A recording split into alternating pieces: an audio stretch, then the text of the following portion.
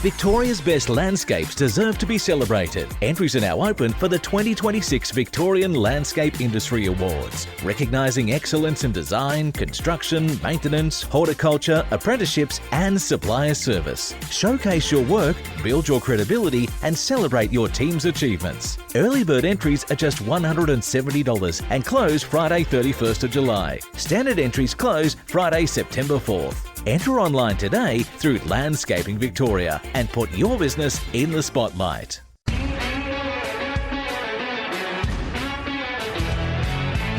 Welcome to The Front Garden, brought to you by Shapescaper, the Australian-made modular steel garden edging and planter system, trusted by landscape professionals nationwide. Find your nearest stockist at shapescaper.com.au. Hello. Welcome to another episode of The Front Garden and brought to you by Landscaping Victoria. And today we have Shem Quilliam from Cedarscapes, and we are going to be talking about the ups and downs of starting a business, the importance of client communication and getting external help for quoting some large projects, which could be quite beneficial to all. Shem, how you going, mate? Yeah, good. How you going? Very well. Thanks for coming in again. It's a pleasure, mate. And love to know, I guess, what inspired you to get into the industry of landscaping? Not like everyone else, but I didn't really actually think to become a landscaper when I was younger. I actually wanted to become a carpenter, and in high school, did a pre-app course and work experience and all that type of thing in carpentry, and because I didn't really school wasn't really my thing, and so I left at the end of year 11 to hopefully flow on to a carpentry apprenticeship. But growing up where I did in Kinglake, the opportunities are quite limited, and the carpenters that were up there weren't really interested in hiring an apprentice without a car or a license, because I was 16, 17 at the time, and I needed a job. I wanted to do something, and it just turns out that the guy that lived down the road was a landscaper, and he was looking for an apprentice. That's great. And he was happy to throw you in his ute and drive you around? That's exactly how it happened. TAFE, did you go in to do horticulture or construction, Cert 3 landscape construction? Yeah, so I went to NMIT in Fairfield and spent the next 3 and a bit years there. I took a little bit of a break halfway through my apprenticeship, I guess, to earn a bit more money, because I'd moved out of home, and that's a long story in itself. But and started building fences and decks as a subcontractor. Yeah. Just to earn more money. So I stopped. But then when I felt like I needed to finish my apprenticeship, I then went back there, and by then it had actually changed to Melbourne Polytechnic. Yeah, okay. All right. So when you stopped, was that because of finance reasons? You wanted to stop and then earn a bit more money? Yeah, when I started my apprenticeship, I was still at home. Yeah. And then, once you turn 18 and you got your car and you finally got the car and a few tools. So the cashies on the weekend wasn't really cutting the mustard whilst you were doing your apprenticeship? Well, the apprenticeship wage at the time, I was on... I don't want to know. I remember. You don't want to know. I don't even want to know sometimes. And then, just, trying to, get weekend work as well. It wasn't always consistent. And so, so then I finally, got back into my apprenticeship again and did that with another landscape company, more closer into the city areas, and so we did a lot of built pools, as well as hardscapes, softscapes, anything in between, really. So you learnt everything from preparation, excavation, concreting, paving, the whole thing. Absolutely. There's not a lot of things that I wasn't able to learn how to do. I even did rendering. We laid all the concrete bricks and then did the rendering as well. So, yeah. That's a really great way to learn though, isn't it? Like you sort of, especially, and that's one of the things I think is great about landscaping is how many trades you do get under your belt, which is excellent. So with the jobs you were doing and the company you're working for, was it always an inspiration for you to actually start your own business? It was. I grew up with, my old man, he ran a business. My pop ran a business. Uncle had a building business. There wasn't a lot of men in my family that didn't actually have their own business or, were subcontracting or whatever. So that was where that interest came from. And then also too, I guess, when you're employed, you kind of stuck in that one area where you're working for someone, you're doing what they're doing and the jobs that come their way type of thing. And so the only, I guess, pick and choose in that area is one employer can be doing that and I can be doing something else type of thing. But yeah, I always wanted to not just do landscaping. I always had an interest in just giving everything a go. And when you started out with the business, what was some of the pressures that you found at the start? So, for example, like even when you were quoting your first few jobs, did you hit send on the email and go, oh my, have I put enough money on this or have I overquoted it? Yeah. So after I finished my apprenticeship, that's when I decided to, go off and try this, trial it, and again, pricing, you can price a job, you can price doing a job, but the other thing is to consider is the site preparation, like the pre-planning of a job. It's not just doing the job. Like you can quote, I can lay an X amount of paving in a day, but are you also considering getting the materials to site, doing setup, and then when you're not laying, you're mixing mud, you're getting everything to where it needs to be. Like there's all those factors as well. And then, so then you go, all right, well now I need an extra pair of hands to help me with that. And now I need to factor that in. There's all these different elements. And then, rain delays or, we've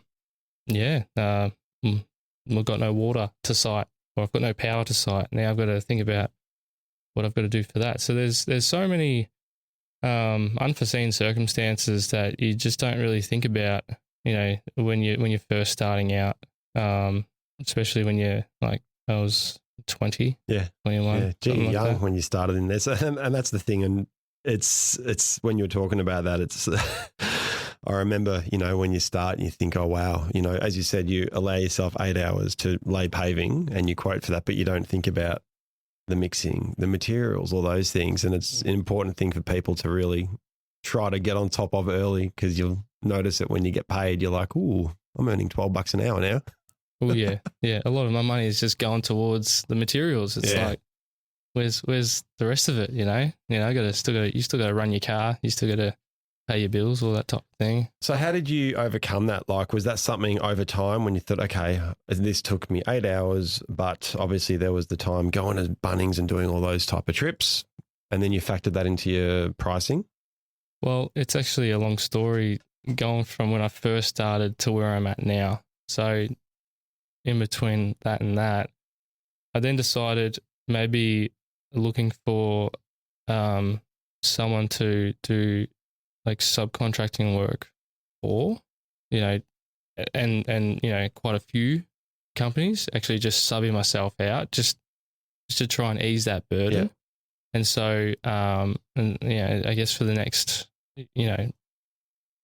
5 years, I reckon, working for landscape companies in the residential or commercial area, and then I guess I kind of put the whole business idea on the back burner of that and just focused on just what I needed to do in that moment. Okay. And then it actually led me into becoming a foreman on a building site, for a couple of building sites, and learning how to, I guess, coordinate trades and actually understand like a building from start to finish, from the day that the excavator's on site to the day you top out on top. And that was, I guess that was something that I never really thought about because I was always doing residential landscaping. You're always just kind of doing this thing in this area,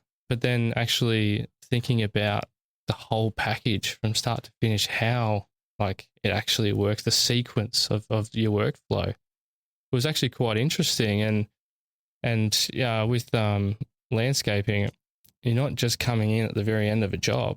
Like sometimes you actually have to be there as soon as the slab's down to then, dig trenches for, your conduits for your irrigation for later, or, you need the footings done over here before, the plumber can do whatever he does over there. Like there's so many other, juggling points to consider. And so being a foreman, I actually got to see a lot of that actually take place from start to finish. And then, always asking questions with the trades as well. And, the advice that I was given by the guy who was, nurturing me at that point said, you're not there to tell people how to do their job. You're there to help them do their job and safely.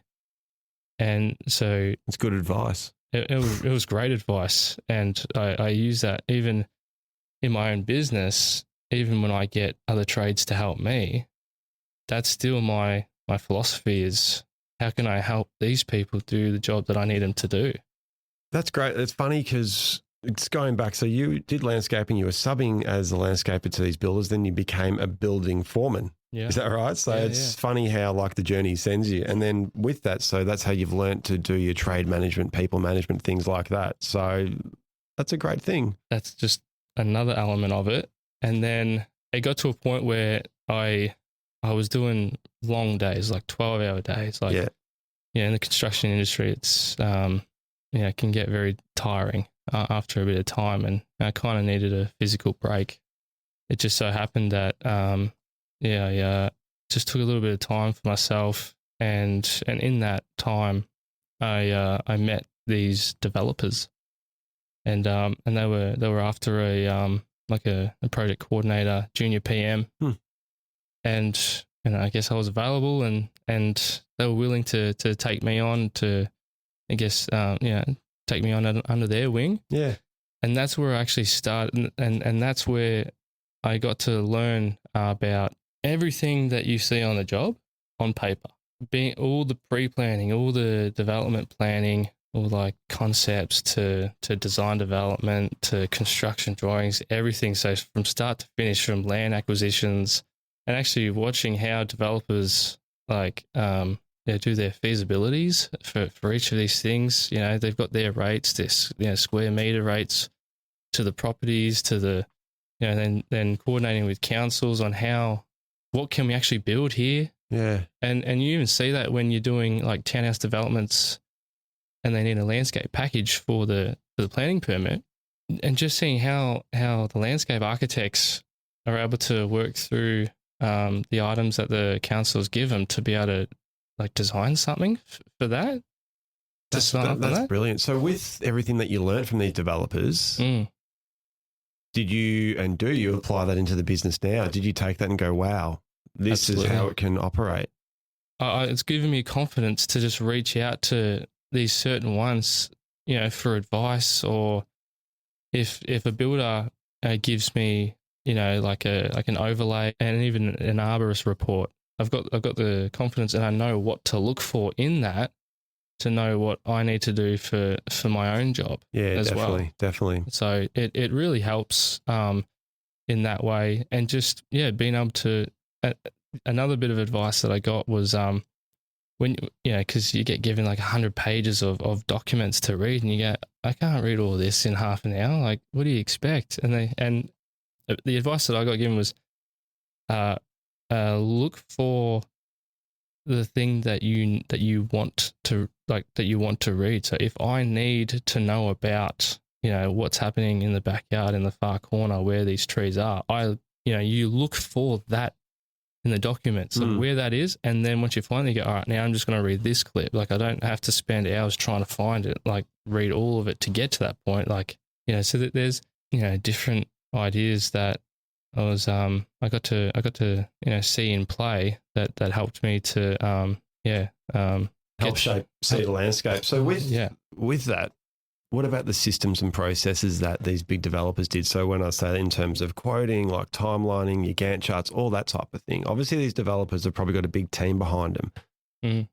As a small business, how do you apply those systems to Cedarscapes? So that the developers, it was actually a small business. So seeing how a small business was able to structure all of this, it gave me the confidence to utilize it in my own way. I know that they, you go out to, you do like tender submissions and run all these exercises to get prices and to do all that stuff. I then do that in my own little thing where I'll go out to, suppliers or actually reach out to other trades with what the rate is of what they would do. And even, if you need a building permit for a deck or a pergola or something, reaching out to a draftsman and a structural engineer, even speaking with council in that area and getting advice from them. Sometimes it actually works out. Yeah, sometimes they're helpful on the phone. Sometimes. With it, when you're talking about obviously reaching out, it is good these days because you got things like planning coordinators, permit coordinators, so you can obviously get all these guys on board to help you create the systems and strategies into your business too. Yeah. So when you prepare a quote, what do you do beforehand? Obviously you go to site, but do you then do you run it through any programs, anything like that? Do you pen and paper? Do you sort of give rough timelines?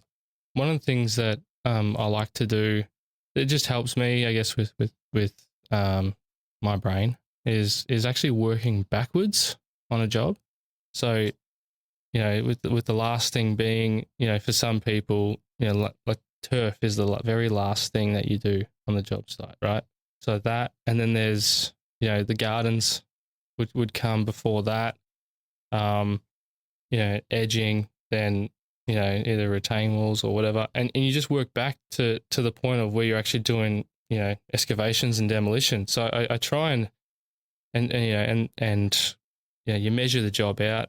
It's how many square meters. You factor that in, and over time, you do start to understand what rates will help with running the job and being able to make a little bit of profit on the side. But it's a lot of time you go, I think I can do this in X amount of hours, and it's going to cost, and the materials itself is going to cost this much. And so then trying to work out a system of where you can break it down so you don't have to constantly have a massive list laid out of, to the dollar.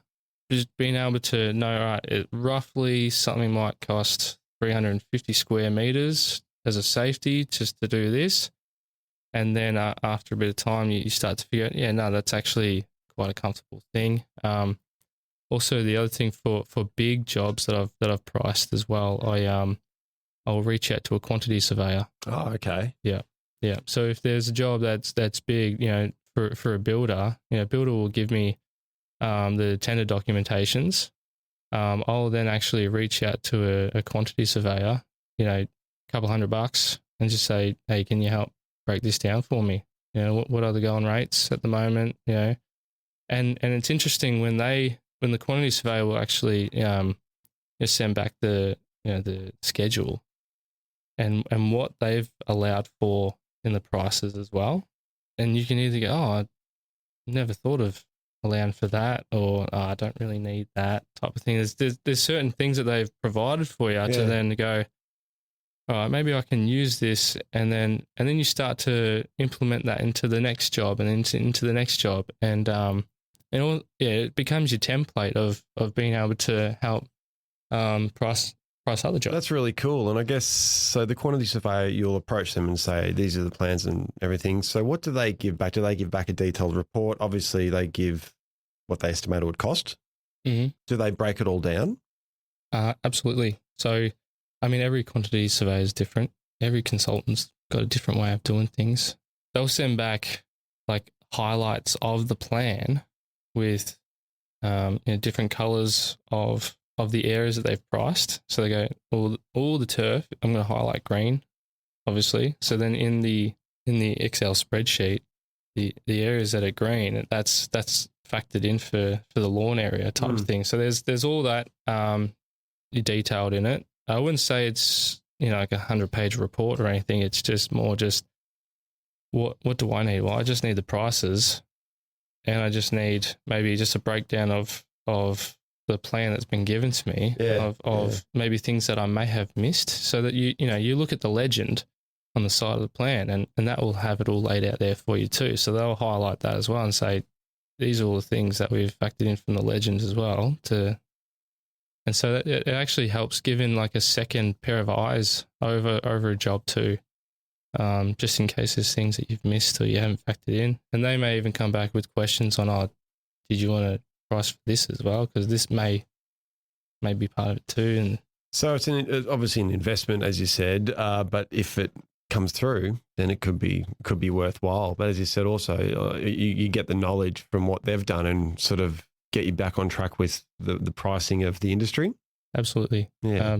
The price that, look, for these bigger jobs, the price that you pay for the consultant, actually it works out in the long run for the bigger jobs. For the smaller jobs, you have a rough idea of how long it's going to take, what it's going to cost, this and that. So no worries. I'll just take care of that myself. But then, just so you're not spending hours after work hours, trying to price for these. Well, that's where the $100 goes. If you're spending 30 hours doing a large quote, that's gone. Whereas you can a few $100. So sounds like a good way to do it. We'll be back after a quick break. Want clean lines, lasting strength and a professional finish in your outdoor space? Choose Shapescaper steel planters and steel garden edging.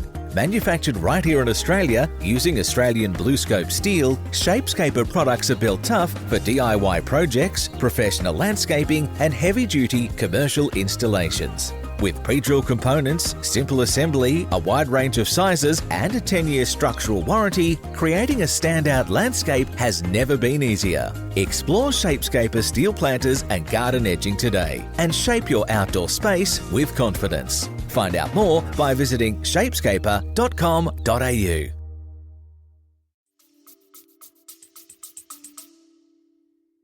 So with the business in terms of the areas you work, the geographical locations, talk to us about, I guess, your different grounds and how you sort of factor that into the quote, like sand versus clay and all that type of thing. It's all unforeseen, really. Unless when you're going out there with the client with the tape measure, and then they say that you got the shovel in your other hand. Sometimes you just don't know what's 3 feet under or 300 mil under the ground. Like I mentioned to you before, that like part of my apprenticeship, I was doing jobs in Sorrento where it's just all sand, and then dig it with your hand. Yeah, pretty much. Like we built a swimming pool out there, and overnight the hole just caved in. Yeah. But then you go to Mount Eliza, which is like half an hour away. It's just like all rock and like really hard clay. It's just incredible. And so I guess becoming a bit more familiar with the areas that you want to target and just factoring that in. You don't always know. If you just make sure that you just allow a little bit extra on it on the quote, if you can, that always is the safety. But definitely getting familiar with the areas that you're working in, because I even found with a company I worked for that we did a lot of work out in the east, but then we did a couple of jobs out in the west where it's just all granite, and that wasn't there was no rock claws, there was no factor in for any of that out there. And then all the groundwork ended up taking twice as long. And that can break a company too. So, and that's one of the things I was going to ask about is, do you have clauses in your contract, so in the quotes and things like that, to say that if we do encounter anything below X amount of, No, but I guess over the 15 years I've become quite familiar with the areas that I work in. And so that's just something that is raised at the time when I am speaking to a client in a certain area too, is understanding the area that you're in is just all mudstone. Yeah, as a hypothetical. Yeah.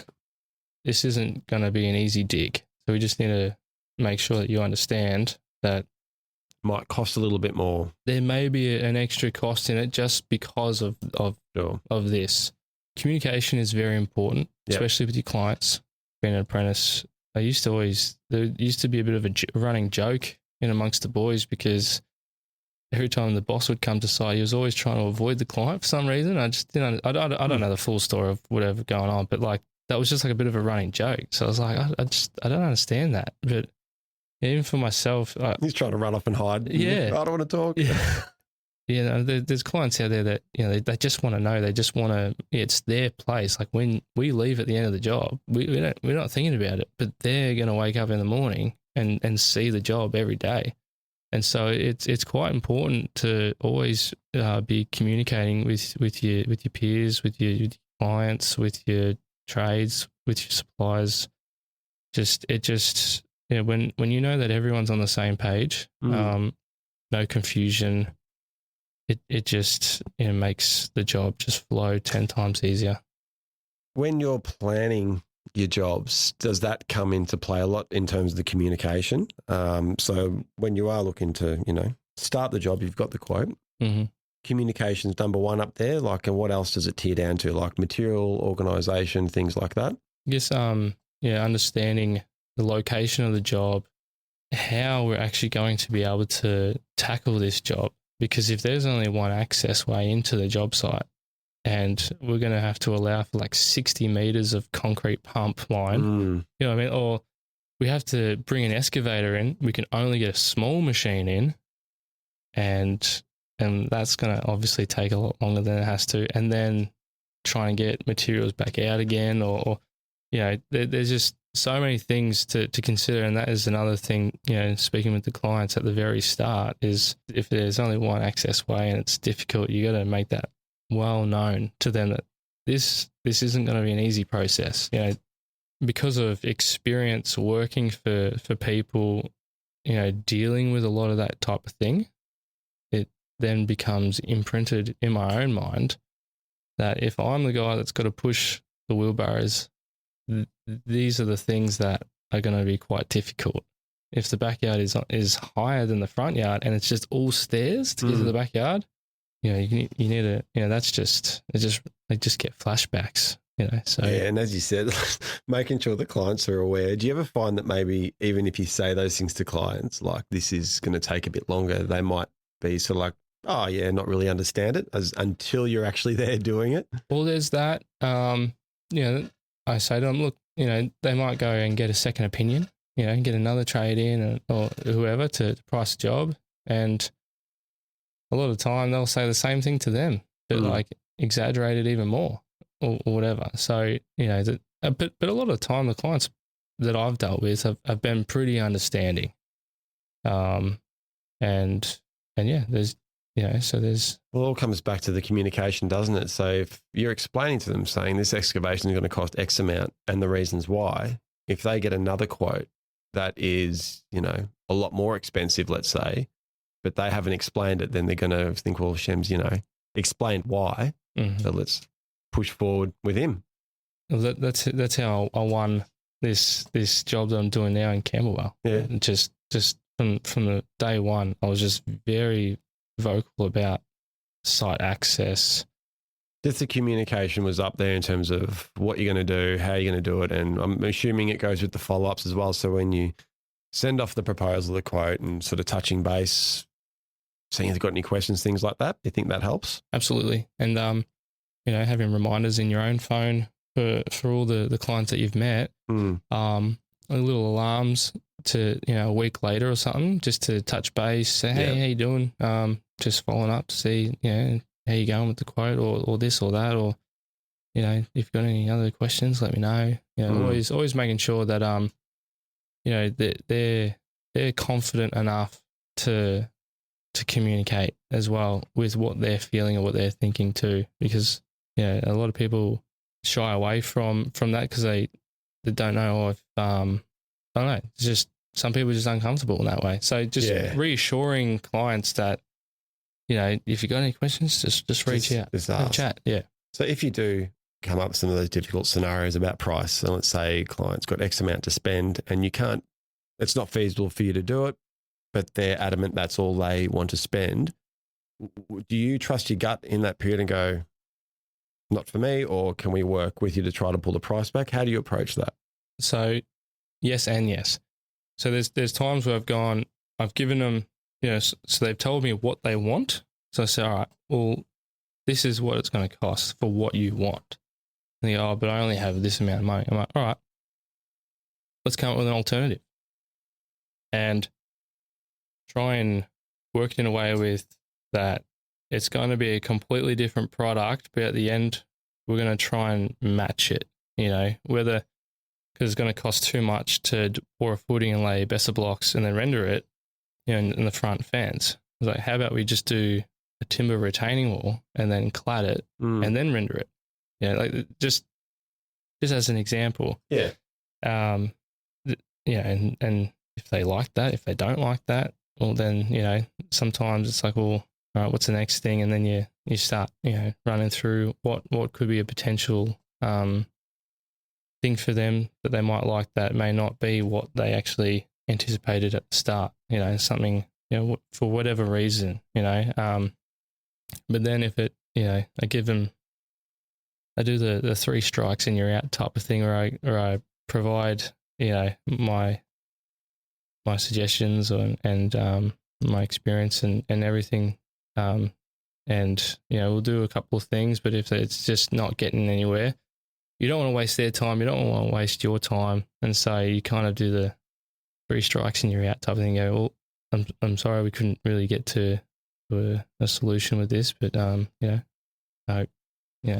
else might be able to help you and just leave it at that, because just because, that job didn't work out, there's always work. There's always work out there. You just need to be in a position to. Well, you feel to want to, and you'll know. In your gut, you'll be like, all right, look, we've tried every avenue, and if you do have to say to the clients, I think we should hold it there. How do you approach that? Do you offer other contractors? I have done that in the past, where if it's getting a bit too technical, or there's just certain things that I'm just kind of scratching my head. I go, well, yeah, because over the years you build your trade, your trade contact list, and so through that you then, instead of like going through me to get to them type of thing, I just go, how about I'll just introduce you to, and then you and the client can have a chat and see if you can work something out. That's just one less thing that I got to worry about. In terms of the work that you get, do you have a lot of designers that you work with, or do you do design yourself as well? Like, where's your stream of work coming from? I tested the waters with design. A lot of the time, I can provide, I guess, suggestions on certain elements and just give them, a color palette of whatever they might be thinking about.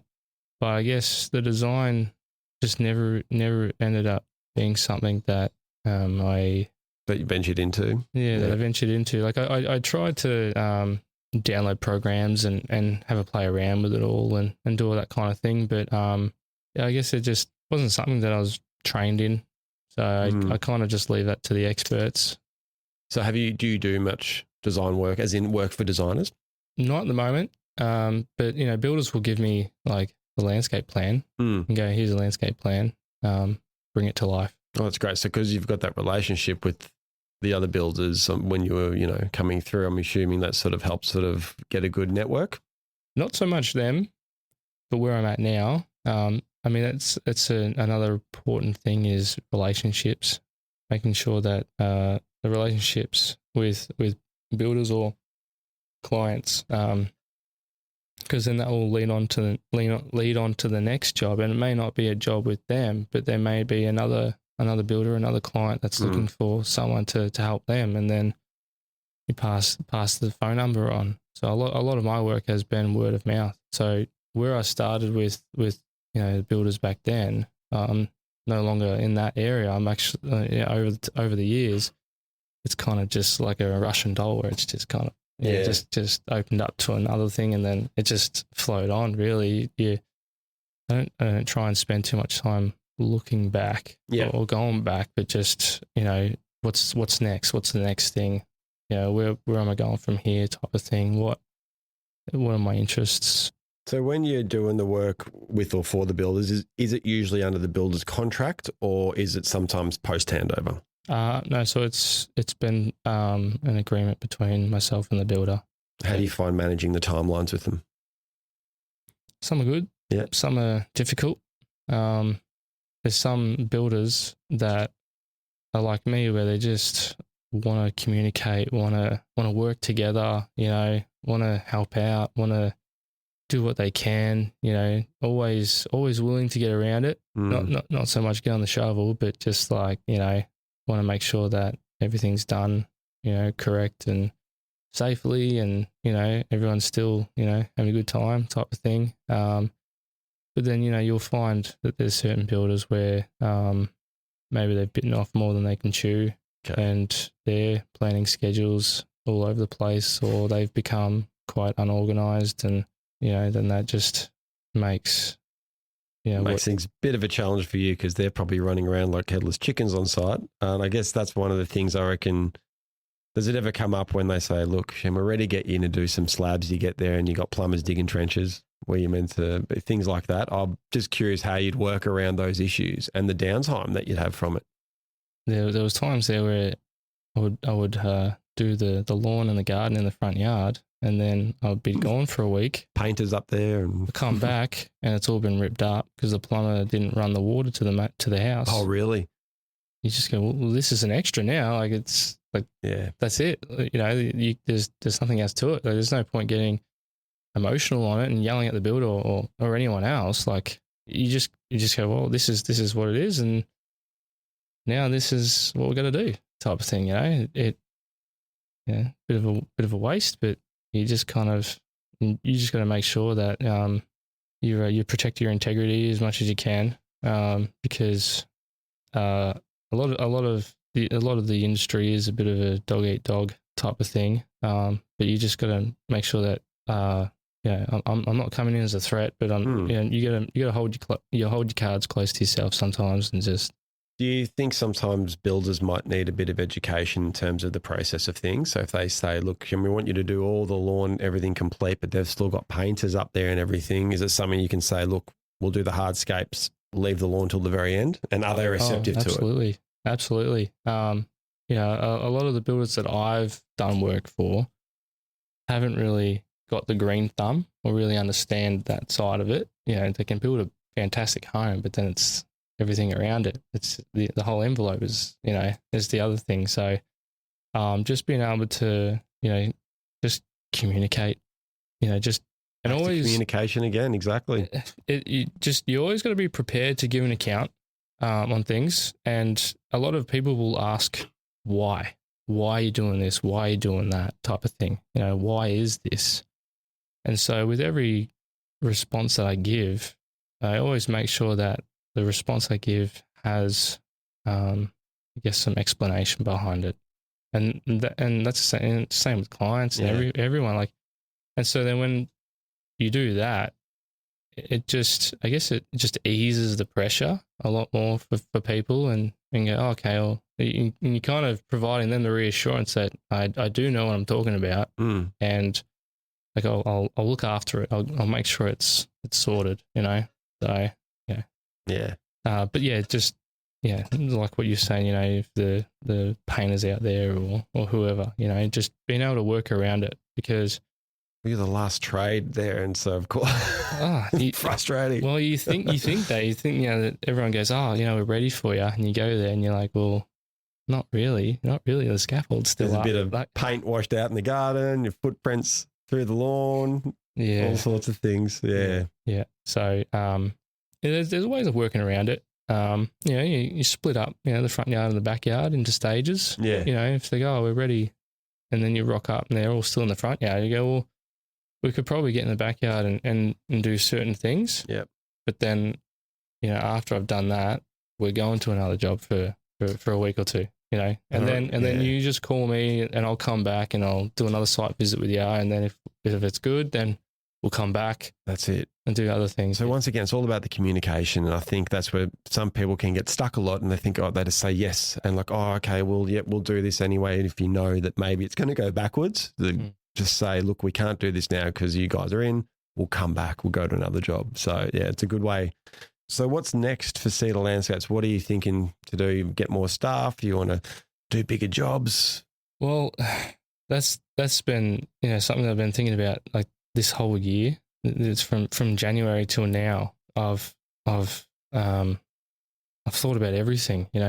Do I just I even reached out to MEGT about apprentices and everything.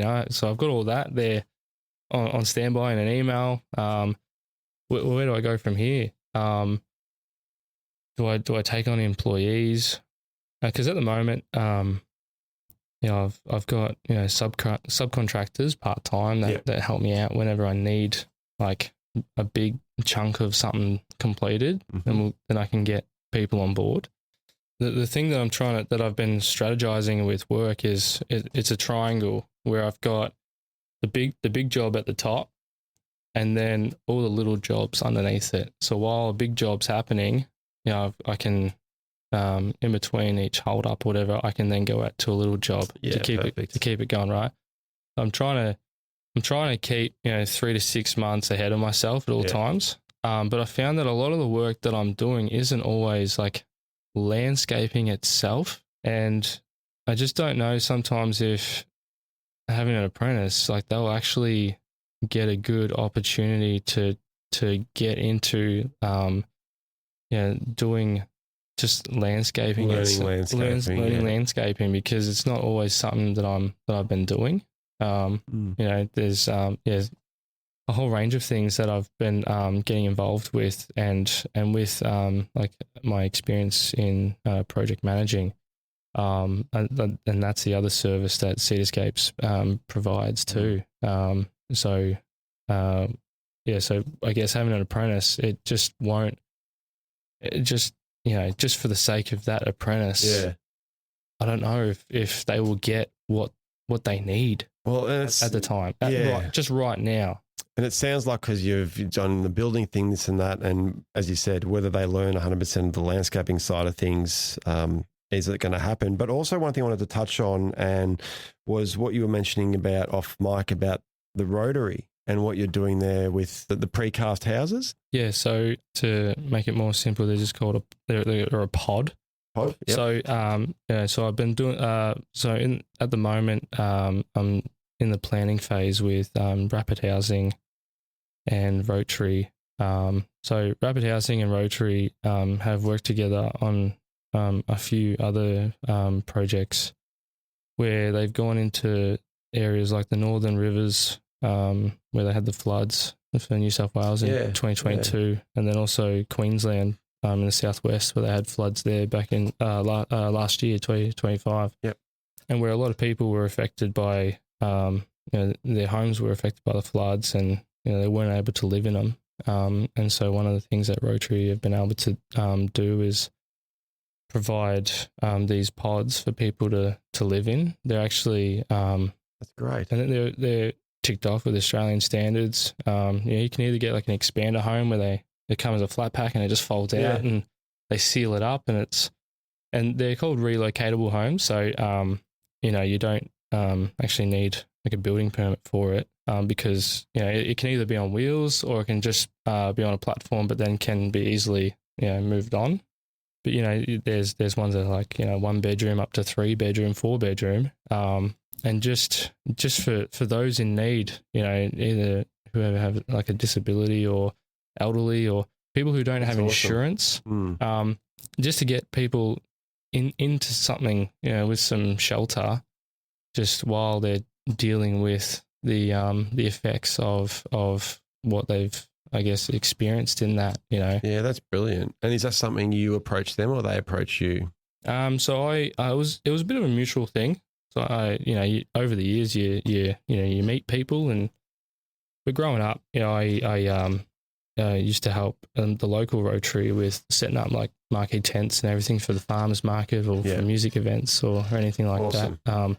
Even my parents doing volunteering with my parents to do like music events that they would always put on for charity, like charity events for like Beyond Blue and Movember and all that. And so I was always helping out with that. So that's always something that I always wanted to be a part of. And even when, because I grew up in Kinglake, and when the 2009 bushfires came through, and just seeing how people in the community would just come together just to help rebuild town. Even people from all over Australia, organisations came and just provided any sort of care and service to help people, you know, site clearing and even helping build, and just being able to help people in that kind of thing. So I always appreciated that and wanted to, you know, be a part of that for anyone else who was in need. So, you know, just recently there's been the fires, you know, in regional Victoria.